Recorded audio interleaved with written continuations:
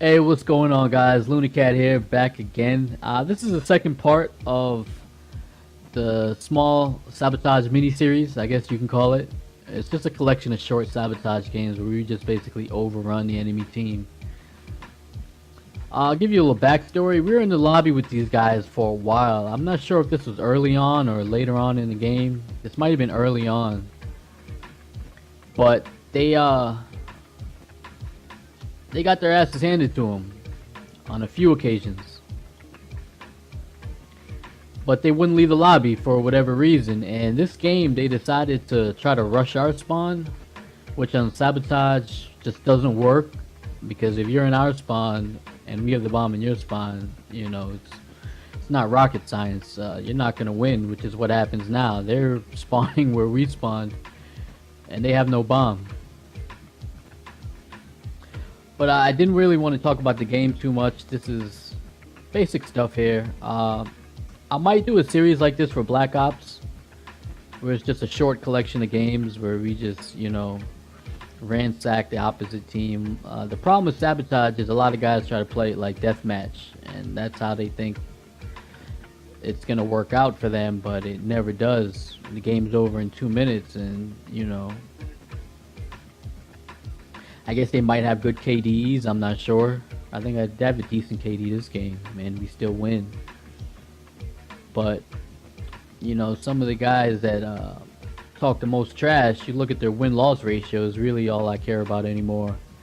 And their win-loss ratio is like 0.7, you know, they're not even a 1-to-1 on win-loss. And that speaks a lot more about how you are as a player. You know, I know not everybody can have good teammates and whatnot. I can be as fortunate as myself to have guys that want to play and want to win. But, you know, even when I played a lot of demolition by myself, I still had a great win-loss ratio, over 2. And very rarely do I rage quit. There's times I do, you know, like everyone. But most of the time, you know, I stick it out. But what I really wanted to talk about was Dateline NBC show How to Catch a Predator. That was on the other night, and I hadn't seen it probably in a few years. And it just brought back memories of when that show used to come on. I think Sunday nights or Monday nights, whatever have you. If you guys have never seen it, the idea behind the show is it's basically to catch online predators of like underage girls and underage boys. And I used to watch it religiously, see the type of guys they catch. You know, lawyers, doctors. I think the one I saw tonight had a cancer research doctor. You know, and they get these guys that talk to these young girls. And they try to come over to the girl's house, the young girl's house, or even a young boy. Look at that Semtex fail. How did I not get a double there? I'm not sure. And when they get to the house, they think they're going to get laid by some young kid, you know, underage, which is gross. Don't get me wrong. What they're doing is like disgusting. I'm not here to condone any type of behavior like that. Look at that guy. But they're sitting there and they think they're going to get laid by some young kid, and out pops the news reporter. And I think that's probably the best part of the show, or each one of the little clips where they have the different guys, and it's a ton of guys. And he, you know, he asked them what they're doing here, and the guys come up with some lame story about how they just wanted to see what she looked like, whatever have you. And if you guys have never seen the show, you need to check it out. I'm sure there's a bunch of clips on YouTube, and you know, I don't understand how the guys just don't flip out and, you know, go Columbine, you know, and try to shoot up the place and whatever have you. But after they talk to the reporter, they think they can leave, you know, and the guy tells them, oh, okay, you're okay to leave, go ahead and leave. And outside, police officers, like sheriffs, like waiting to arrest him. And, you know, it's like a felony to send pornographic pictures or try to have sex with a minor, which they're trying to do, justifiably. They should be sent to jail and locked up forever. But the way the show is done is that these guys are completely surprised.